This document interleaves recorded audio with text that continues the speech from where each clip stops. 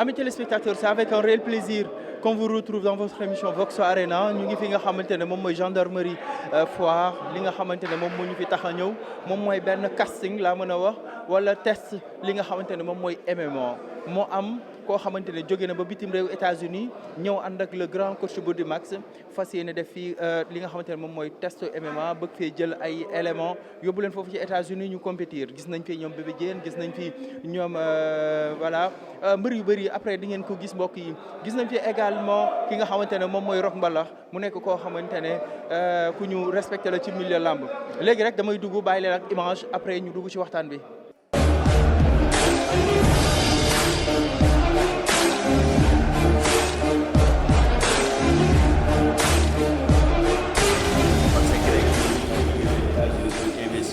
jeunes lutteurs yi pour yóbbu leen États-Unis ñu former leen pour ñu mën a gagner dara ci MMA donc ku ci nekk loo desee dinañ ko mottali mais bëri bi da ci am solo bëri bi ñoo ko gën a ni parce que ñoom am nañ ay xeexat am nañ lu yëpp mais yàlla may na leen Sénégal ngeen am loo xamante ni ñoom France foo dem amuñu bëri bu leer attaque bu leer yóbbu sa adversaire ci suuf wala nga tuuti ko déplacé wu jël donc loolu nu mu gën a gaawee nu mu gën a setee nee ko def.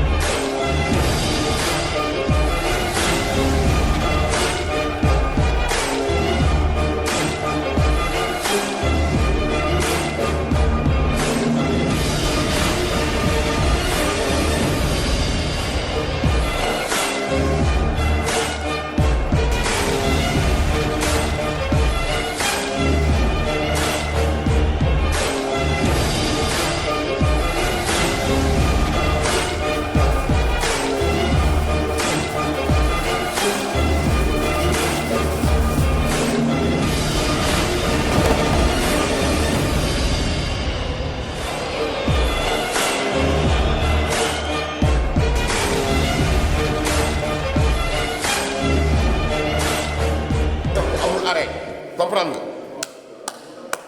nga da kii rek attaque défense yaa ngi dégg. c'est-à-dire bii bu taxawee fii combat bi ban moo ci gën a gaaw c'est très important. pour nga xam ne attaque bi day am triche du am boo waree attaqué amul xaar moom bu waree riposter ne riposter. ku gën a gaaw da ci am solo. attaque défense amul ku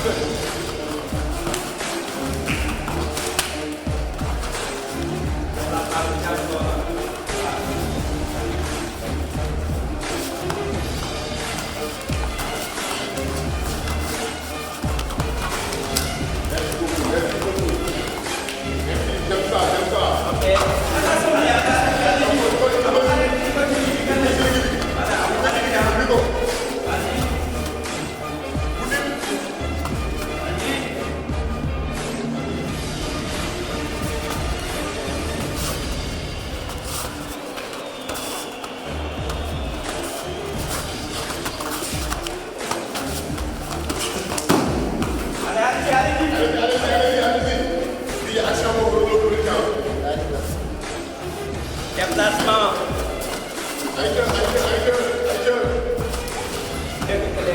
C'est un test là. Allez. Avant, lequel élimine le ballon? Lequel élimine le ballon? Allez. Ok, c'est bon. Allez.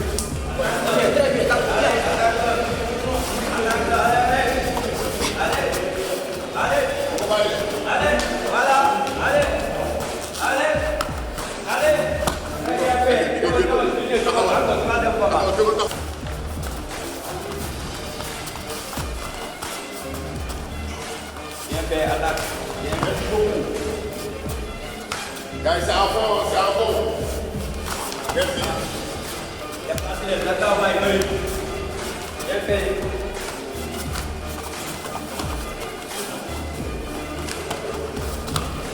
Allez-y.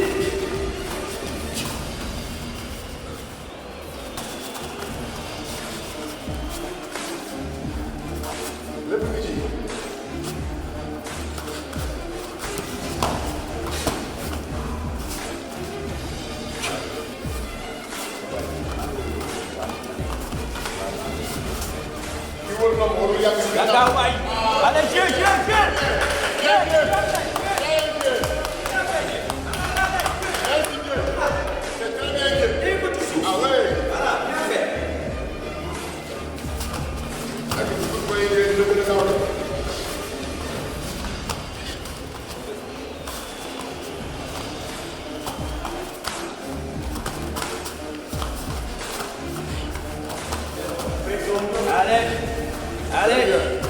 Allez, allez, c'est bon. Merci beaucoup. Merci beaucoup. Merci Cyril. Merci.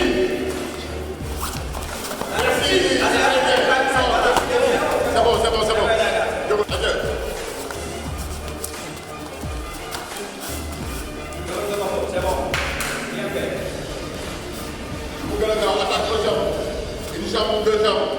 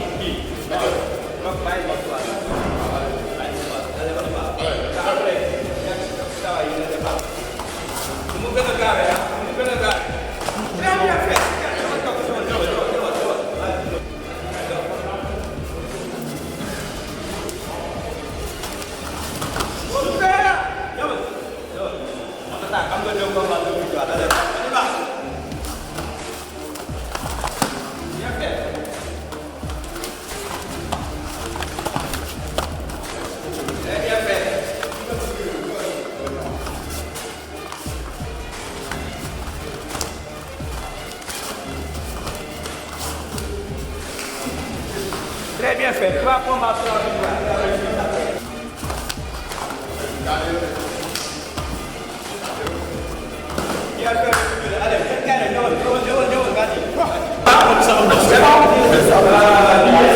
Alors, mesdames et messieurs, nous sommes avec Greg, l'initiateur de tout ça. Greg, bonjour. Bonjour.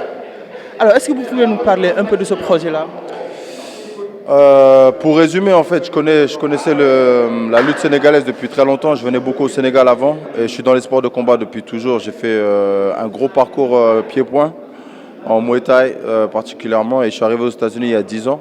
C'est là que j'ai découvert vraiment le monde du MMA et je me suis beaucoup intéressé parce que c'est le futur. Je l'ai compris là-bas et j'ai vu l'engouement que ça a là-bas, tout ce que ça rapporte. Hein, l'intérêt que les gens ont pour le MMA et je vois vraiment le futur dans le MMA. Et j'ai réussi à faire la connexion en connaissant bien le Sénégal et en voyant l'engouement aux États-Unis pour le MMA, faire la connexion entre la lutte et comprendre que les athlètes lutteurs sénégalais, ils ont un très gros potentiel là-bas. Donc c'est pour ça que j'essaie de démarrer le projet petit à petit. C'est le début d'un projet qui, je pense, va très très bien marcher. Alors, comment voyez-vous les sportifs sénégalais? Est-ce que vous pensez, notamment les lutteurs, est-ce que vous pensez qu'ils peuvent s'imposer dans ce sport-là MMA? Je pense que déjà c'est des athlètes, c'est des vraies forces de la nature. Et quand tu voyages dans le monde entier, tu vois les sportifs un peu, tu comprends qu'ils ont quelque chose de spécial. Et c'est ce qui me ramène, c'est ce qui m'amène ici en fait. Le projet, bien sûr, j'aime l'Afrique, j'aime le Sénégal et je suis là pour aussi aider tout le monde. Mais quand je vois une opportunité, un potentiel chez des athlètes, dans mon domaine, autant en profiter.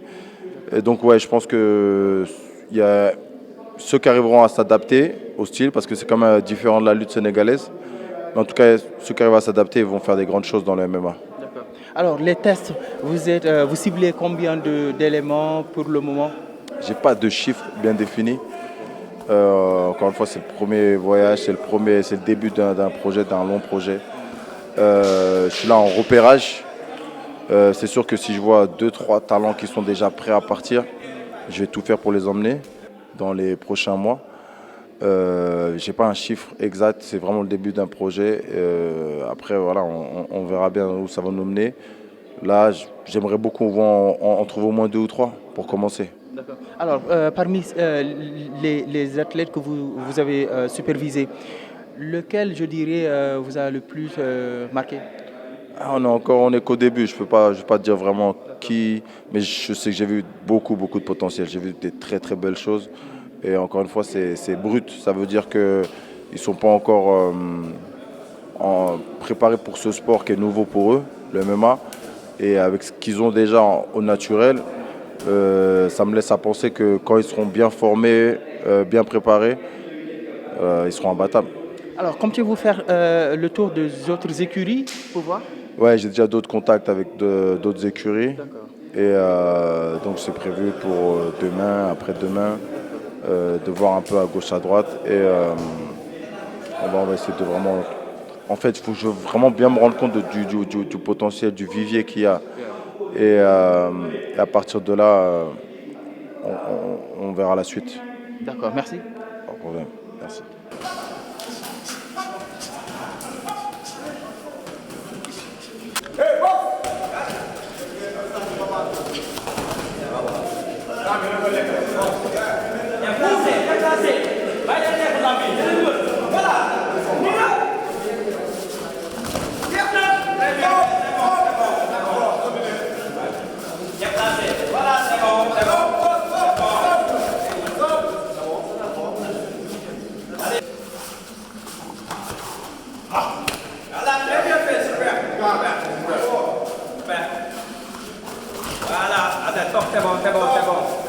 Voilà mbokk yi ñu ngi taxaw ak Body Max ñëpp xam ko coach bi alors ginnaaw bi nga xamante ne Greg jàll na fii expliquer tuuti li nga xamante ne moom mooy projet bi mu am mu ñëw daal di ci waxtaan ak yow nga daal di indeeti lii alors coach noo gisee projet bi. bon projet bi pour li ci am solo mooy comme ni MMA bi ni mu demee xam nga yàgg naa la wax yàgg naa ci liggéey ak sama partenariat en France yàgg naa la simuler loolu yàgg na ça fait des années.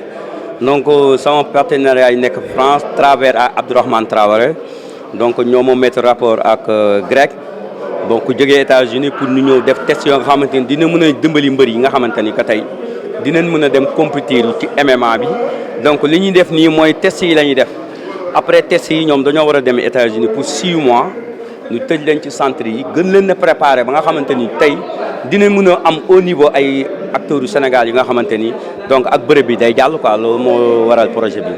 alors yow lan nga ci biir projet bi lan moo tax nga nekk ci projet bi.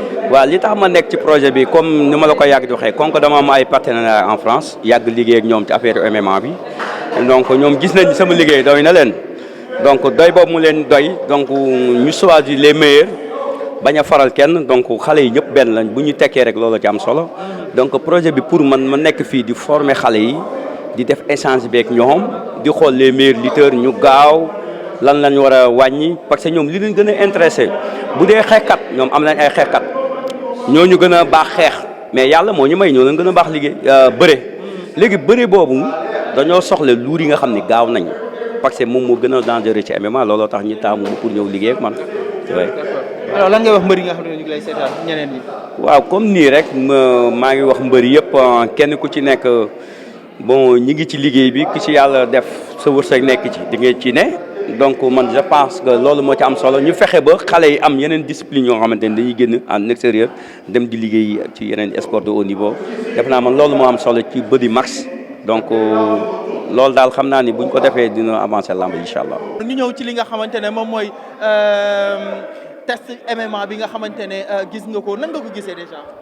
waaw macha allah xam nga bi ci njëkk mooy dañ ciy kontaan man sama père Rock Mbalax maa ngi koy nuyu au passage moo ñëw écrit ba wax ñu ko ñoom bébé Diène xaaf ñoom bañi gaay quoi ñëw wax ñu ko xam nga ñoo xam ne tamit MMA ak lamb benn la waaw teg lamb ji gis nga fan yi nu mel affaire yi xaw na taxaw ñu ngi ñaan yàlla mu décanté yàlla rek moo ko mën décanté comprendre nga na ko décanté mais en attendant ak lii ak loolu benn la booy xool quelque rek lañ ciy yokk quelque rek te ñun am nañ benn avantage muy bërëb bi moo tax buñ ci demee duñ sonn léegi buñ ñu jàngalee yenn affaires yi xam nga xeex baa ngi fi loolu du garaaw après déjà nan nga gisee Reug Reug participation bi nga xamante ne def na ko. waaw Reug Reug dañ cee ngay féliciter rek di ci kontaan lool parce que xam nga loolu mu def mën na encourager na mbër yu bëri tey pour ñu dem bëgg ko def quoi te sigil nañu tamit xam nga wane na ne mbër bu demee ci lii bu ñu ko poussé tuuti rek mën na jàll ñu koy féliciter bu baax. weesoo loolu combat yi koy def yëpp. weesoo loolu combat yi fu mu toll. waaw combat yi moom instant yi moom ñu ngi xaar promoteur yi daal comme mbër yëpp daal ñu ngi taxaw di xaar di entraîner waaw xam naa daal est-ce que duñ mujj fii rek ndax mu tane waaw. alors Bara affaire yi nan nga ko gisee. waaw MMA bi nice di féliciter suñu champion bi Reug Reug parce que moom tamit xam nga def na différence bientôt xam nga donc ñu ngi koy ñaanal yàlla ndam li jikko trop di wax ni lamb ak MMA benn la suree wunde non non. Bébé Diène bébé maa ngi seer. waaw maa ngi dolli ziar bu baax di leen nuyu ginnaaw ma sant yàlla julli si Yonent bi sant sama ñaari waajur di nuyu sama sëriñ sëñ Abdou Karim Mbacke di nuyu sama gars yi ma nekkal fii yëpp si sport bi. waaw lii dafa rafet quoi dèjà bokkuñu écrit mais ñun ñëpp benn la waaw. dañuy xam ne ñun ñëpp ay sénégalais lañu comme nu ko grand bi waxee rek dañuy ñëw sàcc xam-xam bu ñu dajee mën nañ bëre te bu jeexee tam ñu xam ne ni ñëpp ay doomu aadama lañu waaw. alors nan nga gis am na différence boo sentir ci entre bëre bi ak li nga xamante ne moom mooy MMA bi.